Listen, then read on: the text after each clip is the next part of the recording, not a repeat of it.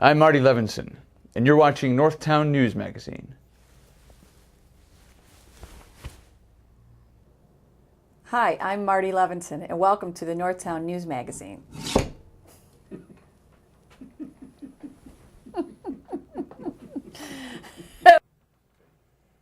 Hello, hello. I'm Marty Levinson, and welcome to the Northtown News Magazine. Come on, baby, don't you wanna go? Come on, baby, don't you wanna go? Hey there, I am really Marty Levinson. Don't let anybody fool you. Welcome to the Northtown News Magazine show with the greatest cameraman around, Sonny Hirsch, and your host, Avi Myers. Thank you, Marty. Avi Myers, Northtown Neighborhood News Magazine, a presentation of Sonny Hirsch and myself. Dial us up on the web at NTNM.org. You'll find the last 8 years of shows there. Hundreds of thousands have watched. Thank you so much. We're very big on community policing. Sonny, in his spare time, is the chairman of the 24th District Advisory Committee, which is basically West Rogers Park, and a little bit of Edgewater. So if you'd like to get involved in community policing in that area, the website to go to is caps24.org, which Sonny runs in his spare time. And speaking of community policing and of policing more of policing in general, every year at this time we try to bring somebody on from the Chicago Police Memorial Foundation. And we were very fortunate in this time to get a real all-star lineup. So even though I don't know the exact title, I know he's the chief cook and bottle washer, and that is former superintendent, and as far as I'm concerned, the best superintendent of my lifetime that I'm aware of. Although I can't tell you I remember O.W. Wilson that well, I wouldn't know, is Bill Cline. Thanks, you for coming. Thank you for inviting me. And also somebody who's actually a neighbor of mine who lives within a block. And the street next to mine is an honorary street in honor of her late husband who was killed in the line of duty, and that's Bethany O'Reilly. Thank you so much for coming. Charlie. So tell us a little bit about the Chicago Police Memorial Foundation. Well, the Memorial Foundation was started in 2004, and our first goal was to build a public memorial honoring police officers that were killed in the line of duty. Chicago was the only big city that didn't have a public memorial to police officers that were killed in the line of duty. So I sat down with Bethany and other Gold Star families and asked them if they'd be interested. By Gold Star families, you mean families who lost someone in the line of duty? That's correct. That's the definition of a Gold Star family member in Chicago. And they were excited about it, and over the next 2 years, we raised $3.5 million. Wow. And we built what we consider the best memorial in the country now. It is beautiful. And tell people where it is. It's right along the side Soldiers Field. It's between Soldiers Field and Burnham Harbor, right on Lake Michigan. So if you get off Lakeshore Drive at 18th Street, you're right there. Yeah, and that's usually, on the rare occasions I'll go to a Bears game, I go right by it. And we like that too because a lot of the Bears fans walk through the memorial on game day. So we hope that they take a second and realize there's 571 names on that wall, and those are all police officers who were family men and women, and they gave their lives so that they could go and watch that game on Sunday. Yeah, and the fact is that people don't begin to realize, people see things in the newspaper and they're so quick to judge one way or another. And they don't realize that this is actually an extremely dangerous job where you can lose everything, meaning everything. Right. Including your life. I saw an interesting film, with all this controversy going on in Missouri as we tape. I see people on Facebook, ripping apart the police. Some people are defending. Somebody showed some actual police footage, and it was about 12 seconds, and it urged you to watch it carefully, before you made any decision. So there's no audio there. So you basically see somebody with a rifle. The policeman confronts him to put the rifle down. The guy is putting his rifle down with his left hand, and all of a sudden the guy is shot dead. And from the surface, it looks like he's unarmed and something happened. But there was another officer behind him who noticed that he had a gun behind him and his back, and he was pulling that gun. So the officer yelled "gun," and they dispatched him. But to the naked eye, it's people don't realize, and this is split second to check. Well, actually, I should let you talk about that because you know much more about that than I do. But Well, I mean, police officers do. They have to make split-second decisions out there, and they're second-guessed more than NFL coaches are. And I think that what's happening in Missouri, people have to wait till all the facts are in, all the evidence in, then look at it, and then make a judgment and not rush to judgment ahead of time. yeah, usually it's a really good idea. I see myself in, then I'll get back to the Memorial Foundation. All these bloggers, they hear things on the police scanner, and they immediately start writing and surmising. And Commander Roussel, who was the previous commander in the 24th District, would always tell people who listen to scanners, never pick up the first thing you hear because things are going to change, Right. as they invariably do. It's good advice. Yeah.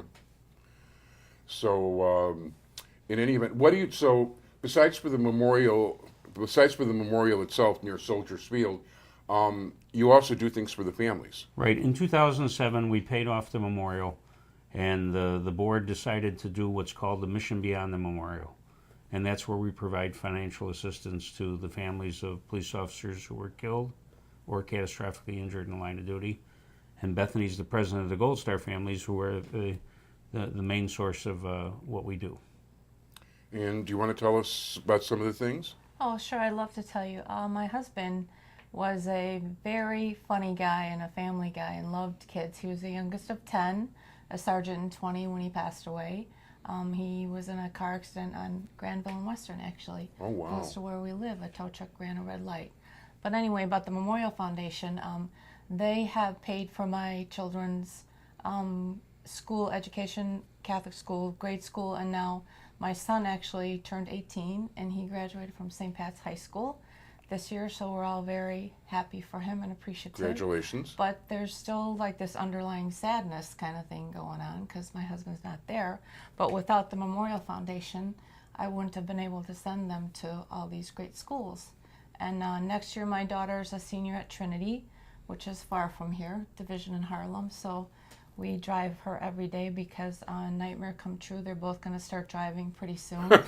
So I would rather drive her in the morning and get up and then, but soon she'll be driving her own car. So, but without the Memorial Foundation, I wouldn't have been able to afford to send them to such great schools, and they're helping me to raise them like my husband would have wanted and turn into the great kids that they are. So, and I'm not the only one. I mean, there's other families that they're helping and other families that feel really good about the foundation because it's like a family feeling where you're getting support and you see other people in the same situation. So it's a great thing. What is the actual procedure when somebody is slain? What happens at that point with the family? Well, there's a lot of help from the police department and special activities and the Memorial Foundation. They come to visit you and present you with checks and help you with the whole process of going through the funeral, and then they help you with any information you want about the kids in school and helping them with what you should fill out and what you're going to go through. And I think maybe the Gold Star family is more of a support group where you can look at other families and widows and see that they've gone through the same thing. Like for myself, for an example, getting nervous, you can show that you're still alive, you haven't gone crazy, even though sometimes you feel like you want to, but you're still there for other families too. And the Memorial Foundation is always there. If you have questions, you can call. And if you have anything extra for the kids, like a big example, we buy Great America tickets for all the kids that are of the fallen officers, so you can go as a group or alone. We met once this summer, and you get to do some fun, comforting things with each other. So, Yeah. If I'm not mistaken, when Arthur Hannes was here last year and we talked about it, and also the person who works in the office, whose name I forget, I want to give him some credit too. John and Dawn. and Dawn. Right, John. Yeah. Yeah, thank you. And he was saying that they cut a check for $50,000 right away. Is that correct? Mm-hmm. Yeah, we're out the next day with a check, and it's now $60,000. The board is Wow. up to $10,000, so we're out with the check for $60,000 for the family. That's for immediate expenses and to make sure that they can go on and until insurance checks come in and the city council votes to give that police officer's family a death benefit, and we're there to comfort them. But the important thing of what Bethany's organization does, the Gold Star families, is they have gone through that. So they can sit down with the family and tell them what to expect and how they were able to get through it. So it's a real powerful thing to have. No, it sounds very necessary. It is. Yeah. Now, you have a big event coming up pretty soon. Right. As a matter of fact, within about a week or so. Yeah, the September 16th is our Candlelight Vigil, and we have it every year down at Soldiers Field, and the public's invited to come, and it's one of our big events, and the names of all 571 officers are read off, and it's again, it's a support thing for the families that they can all get together and talk to each other, find out how their kids are doing. They don't see each other's kids sometimes for a year, and we always have one of the kids talk. And Bethany's son talked a couple years ago, and the mayor was there, and the mayor was a little worried because Phil O'Reilly did such a great job. We thought he's going to be a future mayoral candidate. He is. That's one Wow. of his. That's one of his goals now. Besides going to college and getting a degree in history, because at first he had told all of us he wanted to get a degree in acting, and like as a mom, I was like, no.